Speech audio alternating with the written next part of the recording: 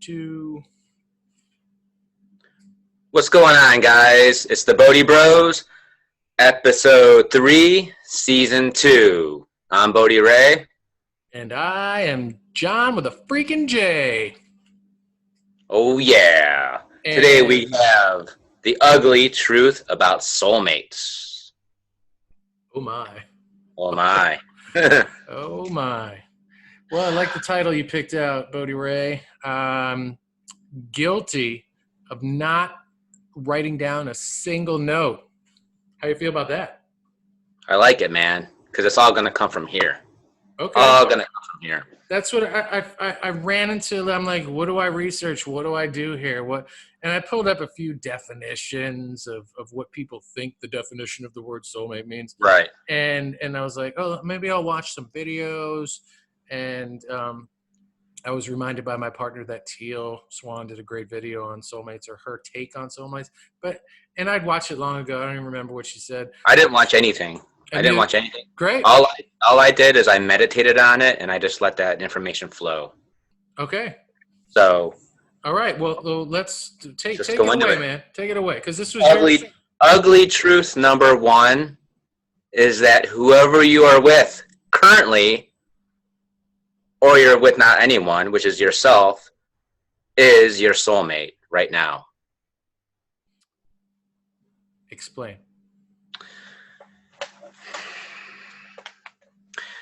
Whoever you're with right now, all relationships is because you're with them person because you're a vibrational match to them. Every relationship is a lesson, is an opportunity for expansion. So it's an opportunity for your soul to expand and create and experience different things. So whoever you're with right now currently is your soulmate because you're a vibrational match to that. If you're with nobody, that means you're your own soulmate. You are soulless. No, I'm just kidding. Right. No, I like that. I like that. Not soulless, but yeah, you know what I mean. Yeah, that you're your own soulmate. Right. So the problem is sometimes some of us put the idea of a soulmate, there's a special one out there, and we go on this quest to find this one. There's only one. I've heard. There's only one. If you're lucky, you find that one in your lifetime, in this lifetime. Right. So that causes a lot of issues. That causes a lot of problems because we end up putting that idea sort of on a pedestal. And then when we meet people, if we kind of click with them, we vibe with them, we think, oh my God, that's the one. That's the one.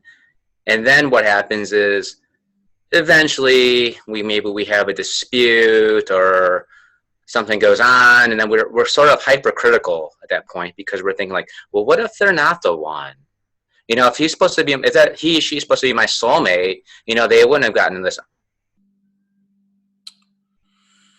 Having a little technical difficulty here, folks. That's okay. In the world of interwebs and whatnot, there's a lot of traffic nowadays because everyone's at home. Not everyone, but a lot of people. So there is a heaviness on the weight of the web. Hey, he's back. Okay, so. All right. Yeah. So what happens is we think that person's the one. Then sooner or later, we're going to have some kind of disagreement, some kind of argument. Yes. And because we're out there looking for that special one, we might get hypercritical of that person or that situation, that relationship, and thinking, well, maybe they're not the one. Maybe it's the person that I saw at work, or the person that smiled at me at the gym, or that other person that's flirting me. What if they're the one? Then you start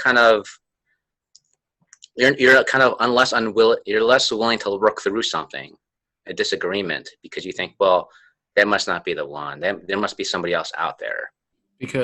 Because you would never disagree with a soulmate, or because I think sometimes we have this false idea of what a soulmate is, and we think that person is going to be that perfect match for us. Right. Where everything is going to be rainbows and ponies every day. Right. And maybe it does. We hit that, that first initial phase, that honeymoon stage, where the first 3 to 4 months, and then that kind of falls off. Those endorphins start to go away, and then it's just inevitable that you're gonna hit a wall at some point in a relationship.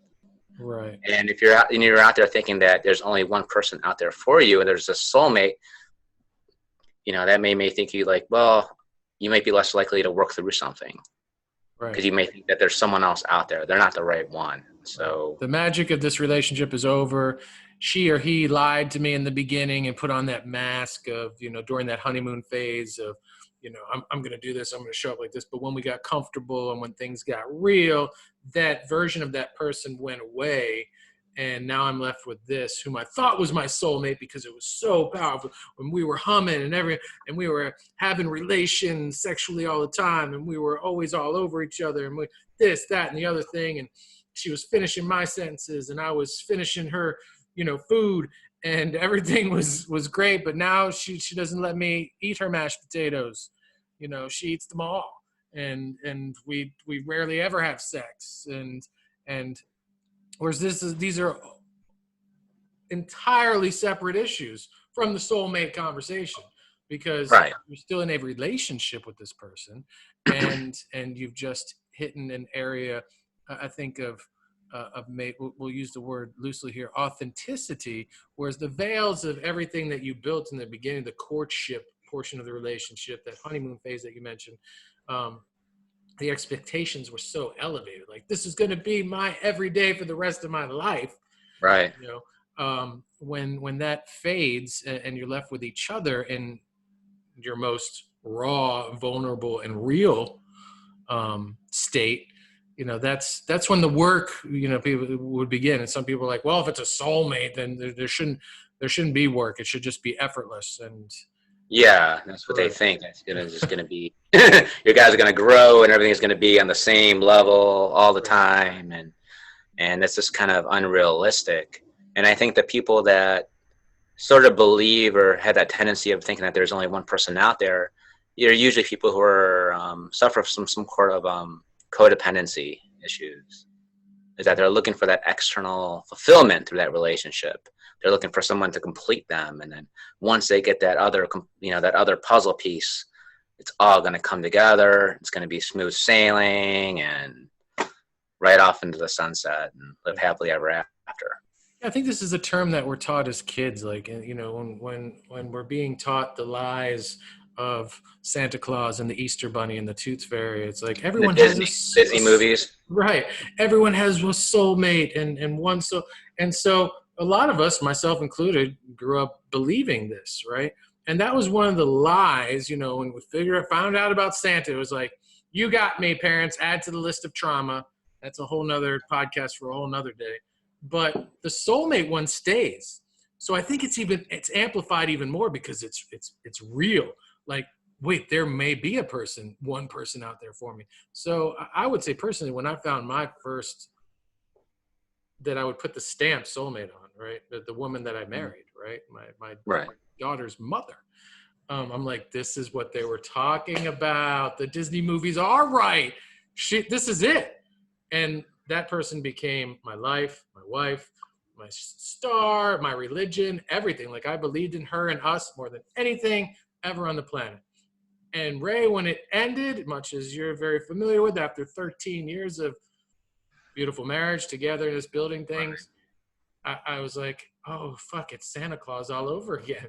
There is no such thing as a soulmate. But that's She actually was your soulmate, though. right. And that's what this today's show is about. Right. Would you So care to explain? soulmate relationships can be a day. They could be years. There's no, just because someone's a soulmate doesn't mean it's going to be an eternity relationship, because they're really there. All relationships are there for growth. It's all there to create that expansion. And, that goes into what I was talking about. Like, number 2 is that we attract what we are, not what we want. So the people we're attracting are there for that reason, to reflect back at us, mirror back at us something about ourselves that we need to learn about, or something that we need to heal. So would you say that in the movie The Wedding Crashers, then Owen Wilson, when he defines true love as your soul's recognition of its counterpart in another, that that's what we're talking about here? It can be, but it could also be trauma. It could also be that could be too. So it's It just when you introduced this subject, I went directly to that movie. I love that movie. I'm like, he's not talking about soulmates, but he's talking about true love. I'm like, let me bring that up during the podcast, because that we can bookmark this too, though. But true love is another one of those phrases that kind of goes hand in hand with soulmates, doesn't it? Like what? Well, I hate to spring this on you, but what is true love, right? True love is pure unconditional love that does not require anything back from you. Right. Now, would you say that that's a prerequisite for someone qualifying as a soulmate? No, because it's kind of it's very, very rare to find somebody, a being like that, that would love you like that. In terms of that, what you're describing is really what I would call the guru. What most of us are looking for is that reflection of the deepest part of ourselves. So if everything's a reflection, we're looking for that the deepest reflection back, the essence of who we really are. And that is pure love. That pure, because we're all part of that oneness. So that's really what we're looking for. But we're looking for that in terms of, we have a physical needs, we have emotional needs, we have all these other human needs that we're looking for in a romantic partner. So usually soulmates, we think of romantic partner, but a soulmate isn't necessarily a romantic partner. It could be, you're my soulmate right now. Damn right. Heck yeah. So that means I get Christmas presents from you this year. So don't. That's right. I got a stocking with your name on it. There better be. We're talking about the ones hanging from the fireplace, right? Right. Otherwise, it'd be weird, right? But I'm open now. So I feel a lot of tangents happening here and new avenues open up, which is fine because we could Pulp Fiction this fucker here. What I'm hearing in this moment is, when I opened up the little box of Pandora's to true love conversation, is that I can't attract that true love soulmate until I am that, right? Yes. So I was going to go into that, which means that the deeper that you know yourself, the deeper you can have the possibility of having a relationship with someone else. So it's that reflection. The deeper I know myself, the more in tune I am with the essence of who I am, I'm able to attract that to me now. So if everything is a reflection of you, then the course of action is to know yourself on the deepest level. And to do meditative practices, do your spiritual practices. And that will attract, you'll become like a magnet towards that coming to you at some point, hopefully. How would you say that the soulmate relationship typically fizzles out, or we find ourselves soulmateless? I think we put somebody on a pedestal. And I think the problem too is that if we're looking for that soulmate and we're like basing it off of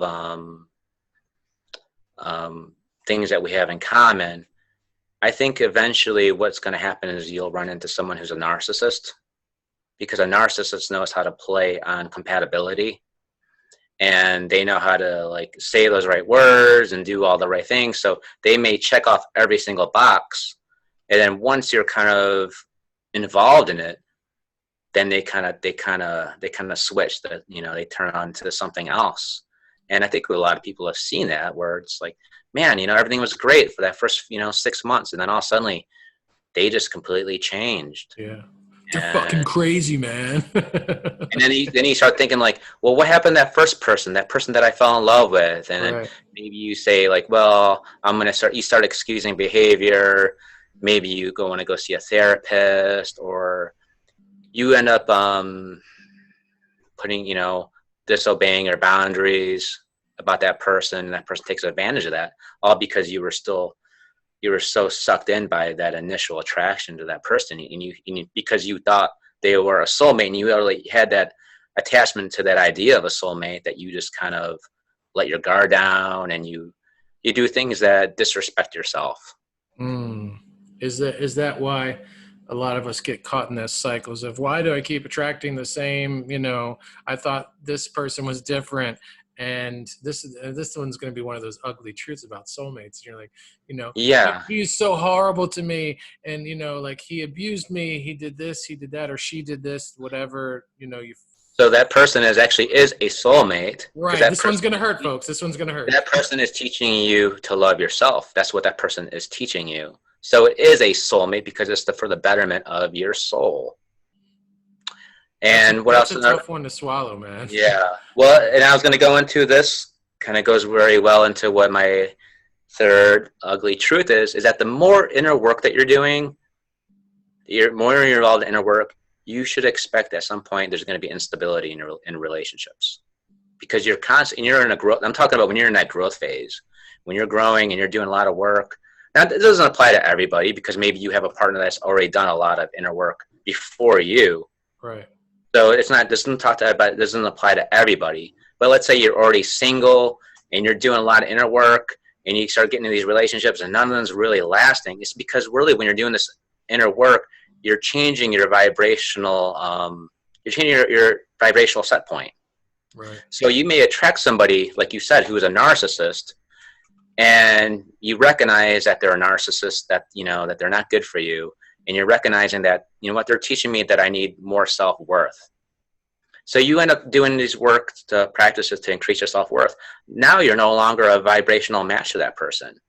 So now you may break up with that person. So now you come across another relationship with somebody else, and now you find out that maybe you have trust issues.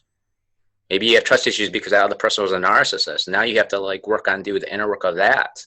Right. And now you're kind of, maybe checking up on them. You sort of have maybe a distrust. So there's another thing that you have to get through. So now you get through the trust issues, and let's say that relationship may last 2 or 3 months. So now you're into somebody else. So you're doing all this inner work, right, and you're changing your vibration. So you're attracting all these different people. So, and you might be thinking, man, how come I can't get any stability in a relationship? Why can't I find my soulmate, Ray? And they're really all soulmates. It's just that you're not seeing the bigger picture. It's because you're doing so much inner work, right, that this is changing. Where somebody else who isn't doing this inner work, they may have been with that narcissist person for, who knows, they could have been 4 or 5 years before they realized what was going on. But because you're more conscious and you're more aware, you're able to recognize it sooner and make the changes that need to be changed. So you're not locked into that. So it may be frustrating. So expect some frustration when you're doing inner work and when you're in a growth phase with relationships. Yeah. And there's a lot of people too that have gone through a growth phase when they're in a long-term relationship.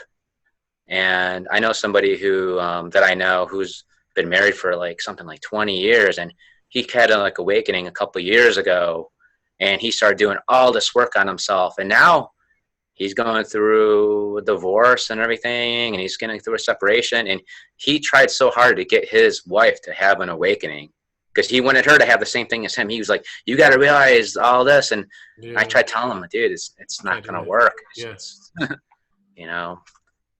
I've been there, and it's torn me up, and you and I have talked about this in so many ways, and I lost so much, and to this day it still hurts because of what we had built together, but yeah, you can't. But in retrospect too, though, I wish I had you on my shoulder saying just be there for her, don't try to change her.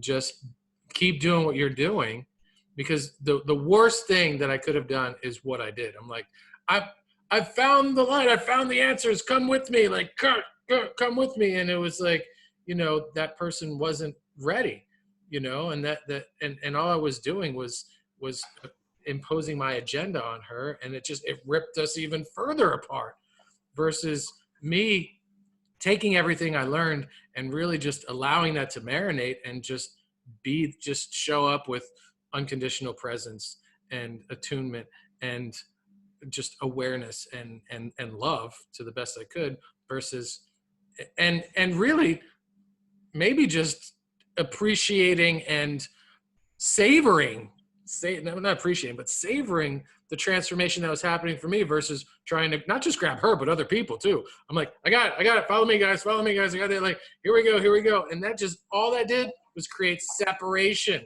for all those people Yeah. that I loved and cared about. I'm like, I'm changing. I've lost 120 pounds. I've got all the answers. The divine beam is shining upon me, and I'm just channeling this information to your people. And they're like, no. Like, so yeah, that's a tough one. And because she, just like, looking back, I wholeheartedly agree with you, man. Every relationship I would qualify and celebrate as a soulmate.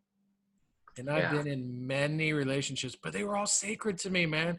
And I learned from all of them. And I loved all of them. I was obsessed with all of them. I just love, women and relationships. I just love being with someone and learning and sharing this.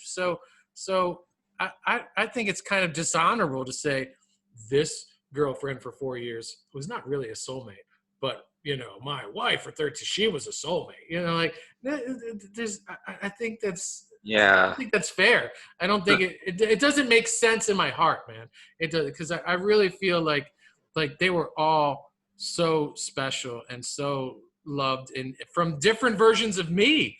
Yes. Every person that was with each one of those women was a different me. I don't even know any of them. The only one that I know is the one that, like, when I look back, I'm like, and a lot of times, like, man, I wish we could beat ourselves up. I wish I would have treated her better. I wish I would have listened to her more. I wish. But it all brought Right. me here today, you know?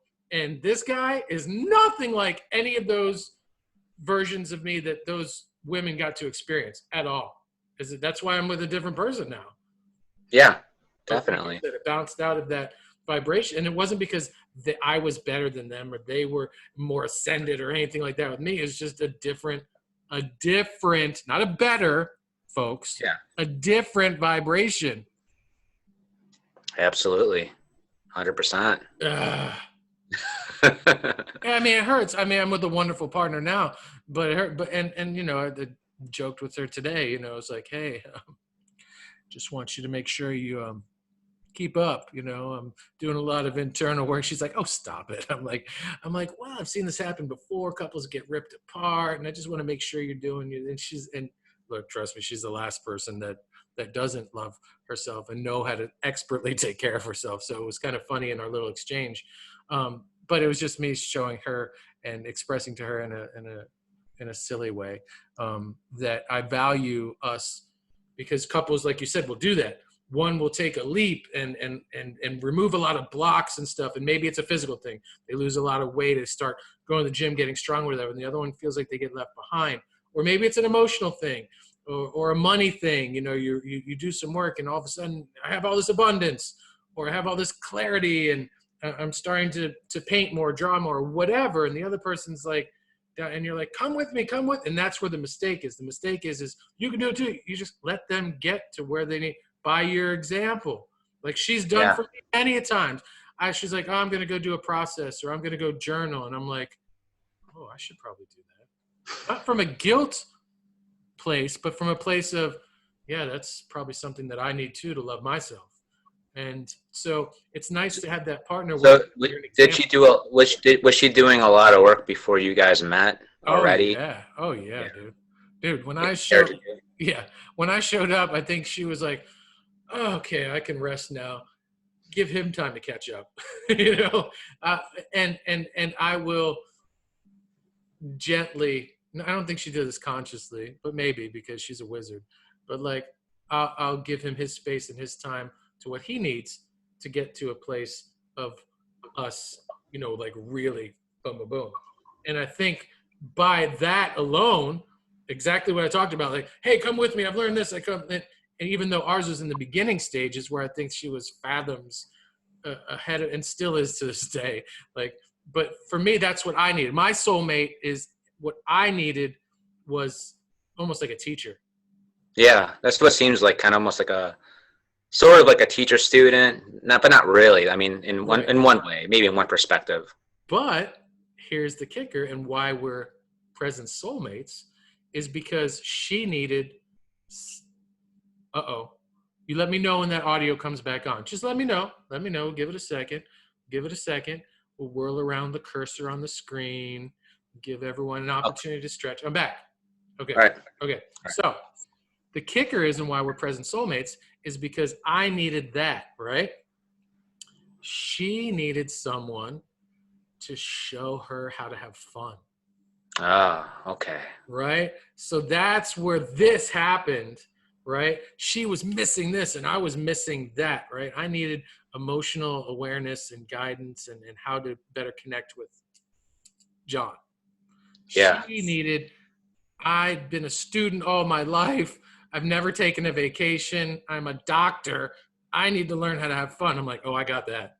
And she had her, she's like, I'm a doctor of psychology. I can, you're not going to be my client. You're going to be my partner, but I'm going to show you things. You're going to show me things. And that's going to create this union. Yeah. That's awesome, dude. That's awesome. You have that, man. So now as she begins to have fun and I begin to become a lot more self-aware, now we're dancing in a whole new way. Right. Right. Because now it's a level, a whole different swirling of appreciation too, because before it was like, she's going to show me this and he's going to show me that. Now it's, we've shown each other everything. Now, how does that come together? Right. It's almost like now it's like much more like equal, more balanced. It seems like now. Sure. Because, yeah. But where does this lead us? I don't know. This could lead us to another 30 years of soul mating. I don't know. And I think that's the mystery of it all. And that's the, none of us ever know. Like I said, when I was with my wife, dude, I'm going to the grave with this woman at, 17 years old. When I met her, I'm like, let's buy our plots now in the cemetery side by side, because this is it. Even my last relationship, I'm like, oh, this is the soulmate. This is it. There can't be another. There's nothing better. There's nothing different. Not better or worse, but there's not. It's like we always think we're at the top of the mountain, and then there's another mountain. Right. And like I said, like I would not. My last 3 relationships, I would not put any of them higher or lower than the other. They are all amazing women, and they all have a very equal place in my heart. This has been my journey. Maybe it's not the same for everyone. But I like that you introduced this conversation, because I feel like it really just, it kind of takes a lot of pressure off, like you said, like in this whole, like the standard and this search, and it's not, but to see everybody, you and me included in our relationship, as soulmates, man. And that's going to rub us in different ways too. It's not always going to be cake and rainbows. Sometimes it's gonna be like thorns and thistles. Like it's like it's just gonna be different. But there's so much value in that, though. Like yes, when someone abuses someone else, that's horrible. It's painful. It's not. Especially when there's like physical abuse. Not the physical and emotional abuse have different weights. They're all equally horrid. But you're talking about more just regular conflict or regular resistance, like in general. Yeah, I'm just saying, like it's hard to give someone that title. Oh, my ex was an asshole. He's in prison now, or she murders baby rabbits. But, and here's the hard thing too, they were a soulmate of yours at one time. Yes. And if you're that's so hard. That's why you called it the ugly. That's why you called it the ugly truth, right? Ugly truth, because sometimes it's someone's, because it's, like you have an ex maybe and you were so in love with them and then they betrayed you, they hurt you, and now you have this feeling, and sometimes it takes a while for that, to let that go. Yeah. And I think it's important to see where that led to growth. Sometimes you can't see the bigger picture. So sometimes it's like you're kind of stuck in that, like you're in that hatred, or I hate what they did. Let's say somebody, abandoned you or whatever. Are you there? Yeah. Okay. So they abandoned you. So you had this hate, but because they abandoned you, you got to work on these issues of abandonment. Now you're a healthier person. Now you can go into the next relationship, and you're in a much healthier place. But in that in between part, you may still have those feelings of hate and, oh, I can't believe they did that. And so sometimes it needs time. You need time to kind of see the bigger picture and allow for forgiveness to come in. Yeah, it's not going to be a conversation a lot of people want to hear. Like, your ex was a soulmate too. Like, I will cut you, man, if you ever say those words again. Like, seriously, man, like, do not ever say that about my ex. That person's like is the most horrible person on the planet. Okay. And it doesn't say that let this be known. It doesn't say that you're a horrible person because you attracted a horrible person, right? No, not at all. It's just that's the, in your experience, that's what your soul was calling for, to bring forth resolution to a traumatic experience within you that was unattended to. Absolutely, Not 100%. not and most of the time not consciously, just subconsciously, like, little John's inside going, I'm going to pull this person so you get this experience so that we can heal this wound. Yeah. Yeah. So it always goes back to like what we said is sometimes it's doing shadow work. Because I think if you do that shadow work on your own, maybe you won't have the need to attract a relationship to bring that out. Mm. Sometimes we don't know that, but the problem is sometimes we don't know that because that stuff is suppressed. But had I maybe worked on abandonment issues on my own, maybe I wouldn't have been a match to that person and have to go through all that like pain and heartbreak and everything else. I don't know. I mean, it's a possibility. So that's why I think, another reason why shadow work is so important to do as a practice. Tangent, do you believe in love at first sight? Yes. Me too. Yes. I do, because sometimes I believe that the more you work on yourself, more on awakening your heart, the easier and faster it is for you to see love in other people. Because people become mirrors for that love inside you. And the problem is we kind of come from a deprivation model of love. And that's part of the whole thing, is being attracted to that soulmate. We think love is very limited if you think it's only one person. So we go around looking for this one person and we see, well, but once you open yourself up, and like I said, the deeper you know yourself, the deeper you experience the essence of yourself being love, and you get in contact with that place within you, which is love, which is divine, you start to see that within everybody. So now I'm almost to the point now where I'm almost capable of falling in love with anyone. And there is no special someone out there, because it's all one. So I see almost every female that I come across as I see her as the divine goddess. That's the divine goddess in another form. And, I wonder how I'll meet the divine goddess today. Maybe I'll meet her as a clerk in Home Depot. Maybe I'll meet her as my mother. Maybe I'll meet her as a coworker. But to me, it's all the divine goddess. It's all divine goddess in different forms. And maybe they don't know it themselves, but I'm able to see it within them. Go ahead. So that's kind of like how I see it, as you awaken like that, you see that love is abundant. Love is all around you.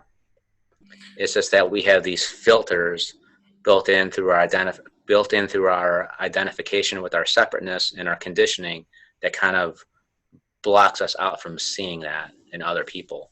I think at the essence of my core, that you just explained who I always was, Ray, as a young boy. Like when I saw a girl, and later in life, a woman, like I feel like I could instantly fall in love with them because of, and I always called it like, oh, I'm a writer, I'm a hopeful romantic, and that's just my spirit. But I think at the core of it, we all have that capability. Yes. With at the true foundation of everything stripped away, all the hurt, the trauma, the this, the that, the history, the programming, everything stripped away. I think we're all capable of that. And that was something as a young, when I started being able to have girlfriends and stuff like that, and I started very young. I mean, I got married in kindergarten, right?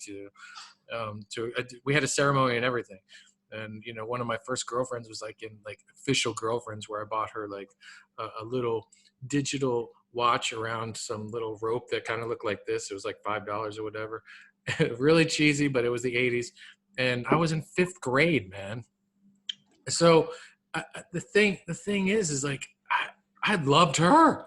I loved the Yeah. girl, and like I loved them all. Like every girl I ever wrote a letter to, everyone I sent flowers to on Flower Day in school or whatever. Like I loved them as much as I loved my, the mother of my daughter. Like it was just a thing. Like, dude, this is love. This is it. This is my soulmate. This is my soulmate. Like it was never ever different. Not once. And I think that's what we have to change. We have to change our perspective from seeing that love is something rare to seeing that love is very common. I love that you said that. I really, really love that you said that, because I feel like I've felt that way my whole life, but everyone around me is like, oh, it's man, maybe you find that person if you're lucky once in your life, and I never understood that. I'm like, I've found it like 60 times. What is it like? What?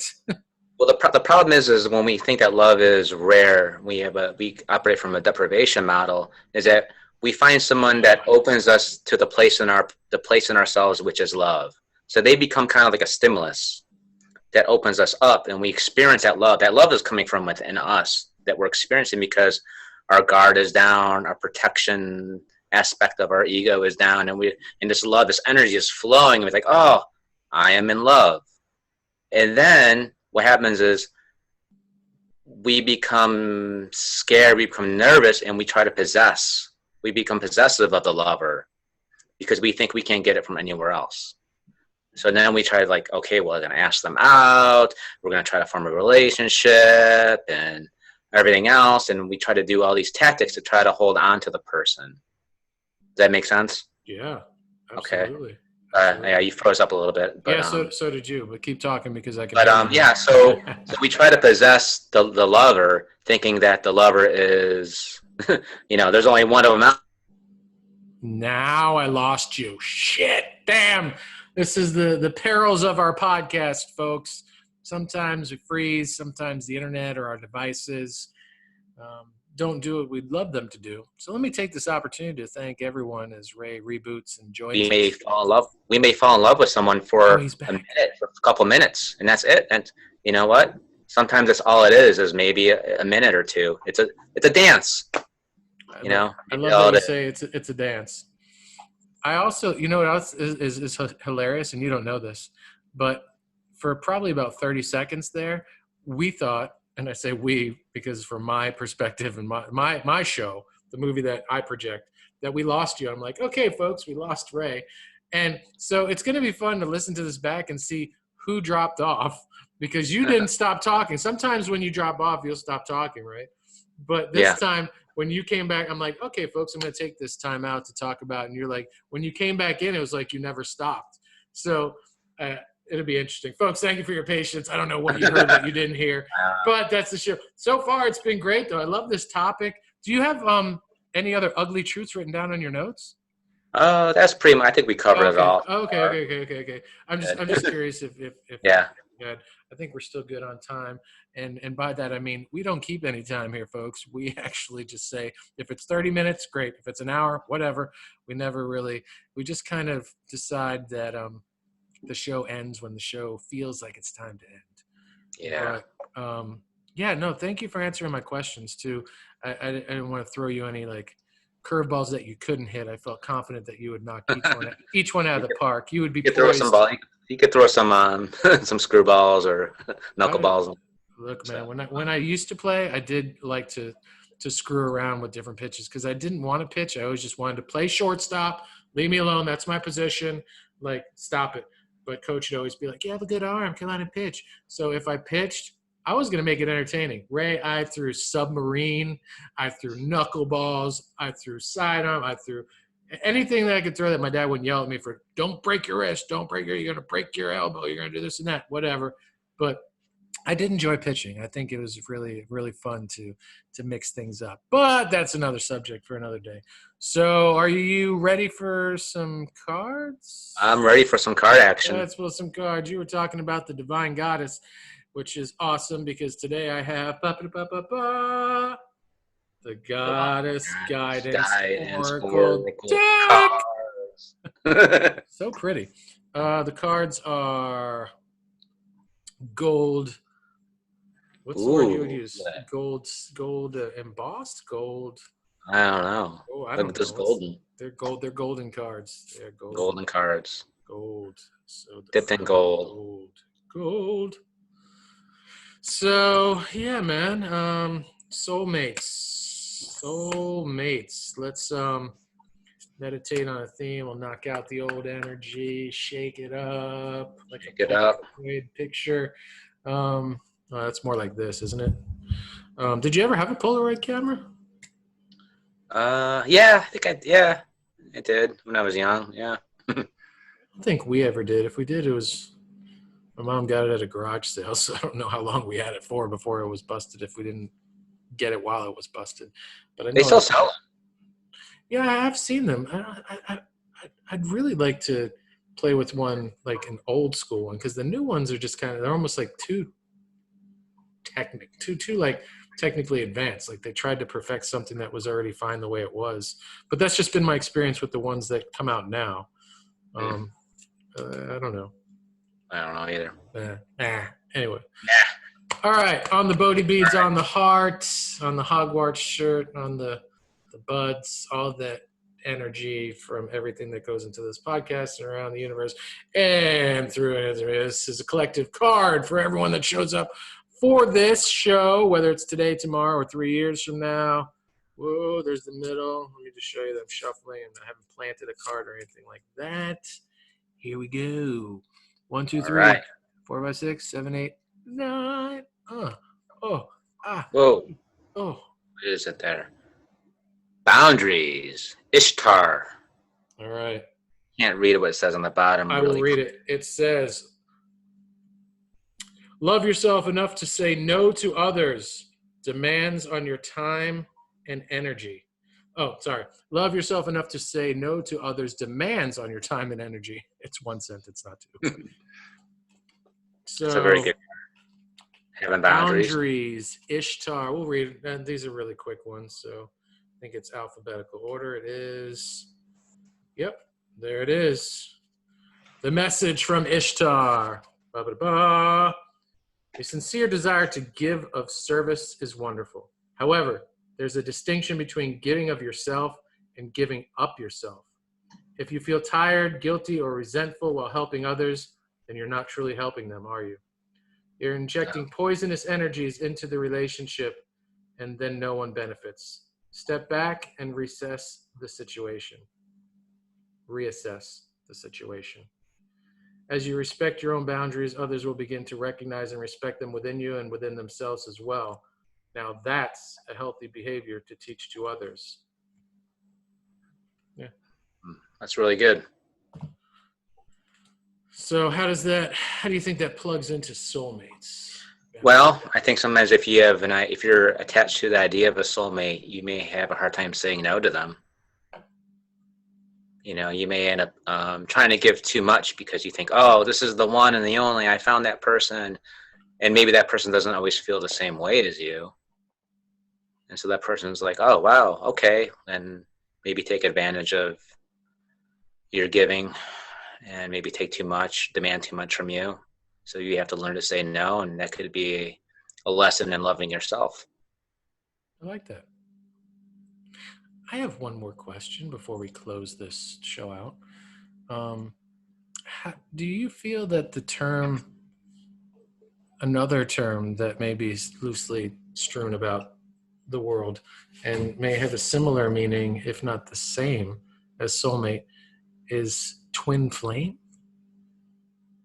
Yes, I've heard of twin flame before. I know it's described as sort of like your energy is split and it's almost, yeah, like a twin, I guess, in sort of the egg splitting but it's energetically splitting and that you incarnate as two different people. and then you kind of come together. And I know they say twin flame relationships are usually chaotic. I see twin flame relationships as something within ourselves, as a balance between the divine masculine and divine feminine energies.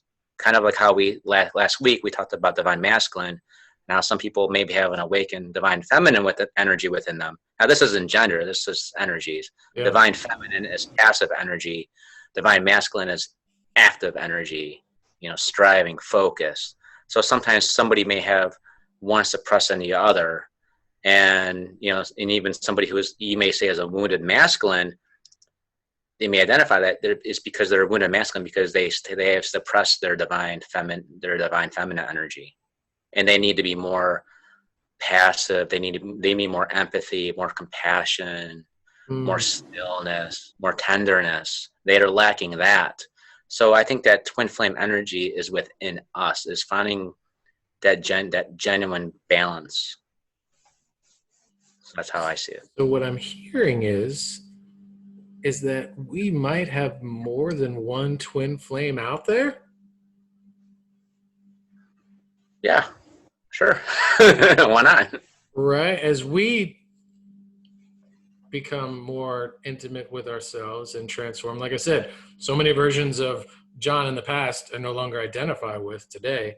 Couldn't I possibly, now maybe one of those experiences I would identify as a twin flame, right? Versus a soulmate, one of those relationships, right? Yeah, so it could be an external relationship. Like let's say you have a suppressed divine masculine. You may have a friendship with somebody who is very masculine, and you kind of look up to them as that role model, and they kind of help you kind of bring that energy out. They kind of inspire that. So it could be like a friendship with somebody. Doesn't always have, of course, doesn't have to be a romantic relationship. Or if you have a suppressed feminine side, and maybe you meet, a partner who's very much, embodies that energy, and that kind of helps you to awaken that within you and brings out that balance. Awesome. Thank you. That was my attempt at a screwball, Ray. And I must have telegraphed the pitch because you knocked it out of the park. Oh, thank you. And so on that note, folks, I would like to offer thanks and high fives and cyber hugs for your continued support. Anytime that you've left a comment, please leave comments. Let us, as Ray so gently inquires every week, please consider, do you maybe have an idea for a show for us, a topic that you'd like us to explore or celebrate or expand upon? Send us messages, leave comments. Yes, please. Yeah, still in 24 countries strong. We're creeping up on 1,000 plays. When I log into Anchor, we're up to like 700 plays, which is pretty exciting. Means some people are listening. So if you're out there listening, talk to us, man. We need some dialogue. We need, we have a lot of love. Yes. We have a lot of projects that, that Ray and I talk about before the show, at the end of the show, things that we'd like to do as far as retreats, as far as just adventures, maybe products and stuff like that. If you have ideas and want to collaborate, not just, give us, the magic, but there's something that you want to do together, whether it's an interview or an event, whatever. We're wide open to suggestion and working together. And that's all I gotta say about that. Share the videos, share the podcasts, share the love. Thank you. Hit the like button. Thank you very much. A million times. And this was season 2, episode 3. Yes. The ugly truth about soulmates, right? Soulmates. Yes. We'll be posting it later today. And a little bit about twin flames too. Right. I am, as always, John with a J. I'm Bodhi Ray. And we will see you next week on the strong side. Oh, yeah.